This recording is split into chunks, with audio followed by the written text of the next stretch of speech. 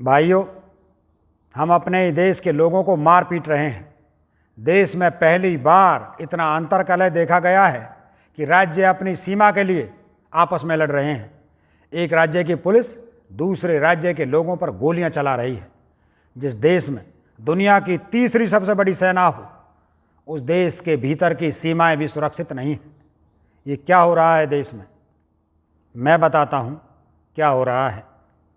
ये कोई बड़ा आश्चर्य नहीं है, यह सामान्य सी बात है उस सरकार के लिए जो सिर्फ बांटने, तोड़ने और फूट डालने की राजनीति समझती है, क्योंकि इसके अलावा उसके पास देश में चुनाव जीतने का कोई उपाय नहीं है।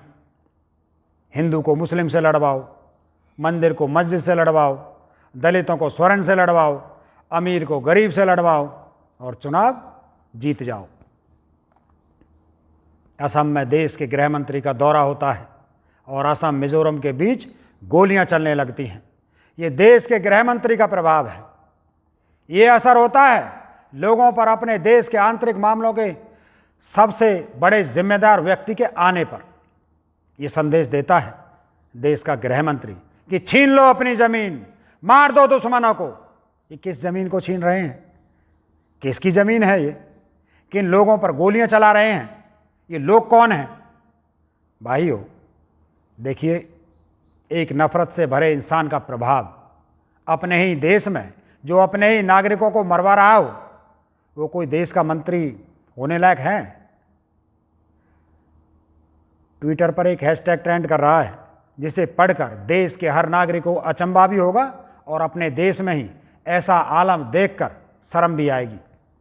हैशटैग चल रहा है सैम ऑन मिजोरम। इस तरह देश में फूट डाल दें, वो कोई देश का गृह मंत्री होने लायक नहीं है। मिजोरम पर शर्म। वो मिजोरम जो हमारे देश का अभिन्न हिस्सा है, जहां के लोग हमारे देश के नागरिक हैं। मिजोरम 91.33 साक्षर भारतीयों का राज्य है। मिजोरम 104 मैट्रिक टन सिल्क का उत्पादक भारतीय राज्य है। खेलों में देश का नाम चमकाने वाले एथलीट मिजोरम से आते हैं और हमारे गृह मंत्री के दौरे पर यह मिजोरम दुश्मन राज्य बना दिया गया।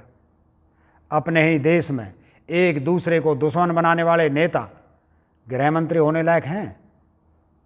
सोचो दोस्तों। अरे, जहां सीनाजोरी दिखानी चाहिए उस चीन बॉर्डर पर एक बात नहीं करते। लगातार चीन हावी हो रहा है और ये अपनी कायरता को छुपाने के लिए अपने ही देश को खोखला कर रहे हैं। ये सरकार क्या सिखा रही है हमारे बच्चों को? आज देश के राज्य एक दूसरे से लड़ने लगे, कल शहर एक दूसरे के खिलाफ गोलियां चलाएंगे, फिर गांव एक दूसरे पर बम फेंकेंगे और इसका नुकसान किसे होगा? इसका असर क्या होगा? इसका असर यह होगा कि हमारे बच्चे जो IIT, ISRO, Google, NASA, Microsoft में जाने चाहिए, वो बच्चे जेल में जाएंगे, अपराधी कहलाएंगे और वो उम्र जो देश का नाम रोशन करने में लगानी थी, वो उम्र जेल की सलाखों के पीछे कटेगी। भाइयों, देश बदल नहीं रहा, देश बट रहा है। हिंदू मुस्लिम के बीच की दीवार सिर्फ एक हथियार है वोट लेने का। दलित स्वर्ण सिर्फ एक पाखंड है जनहित करने का। इन सब से बचिए। ये सरकार जब विपक्ष में थी तो अखंड भारत की बात करती थी। सरकार में आते ही आज खंड खंड भारत कर रही है। नागरिकों को बांटकर राज्यों को बीच गोलियां चलवाना इस नफरत की पुजारी पाखंडी सरकार की जहरीली राजनीति है। इससे बचिए। एक सच ये भी है कि किसान संसद के दरवाजे पर बैठे हैं। पेट्रोल डीजल के भाव आसमान छू रहे हैं। बेरोजगारी चरम पर है। कोरोना अभी भी कंट्रोल में नहीं है। ब्लैक फंगस ने लोगों की आंखें नोच ली। हर तरफ से सरकार घिरी हुई है।